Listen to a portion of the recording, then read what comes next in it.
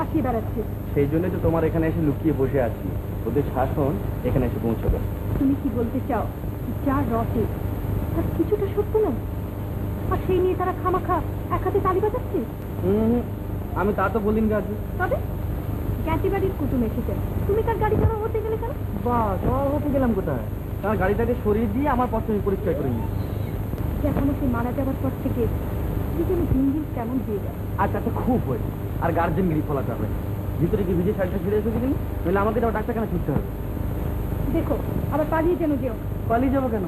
আরে যে কথা বলতে এলাম তাই তো এখনো বলা হয়নি। বলছিলাম কি, যাবার তো গলদগ্নি কৃতবাস হতে হবে।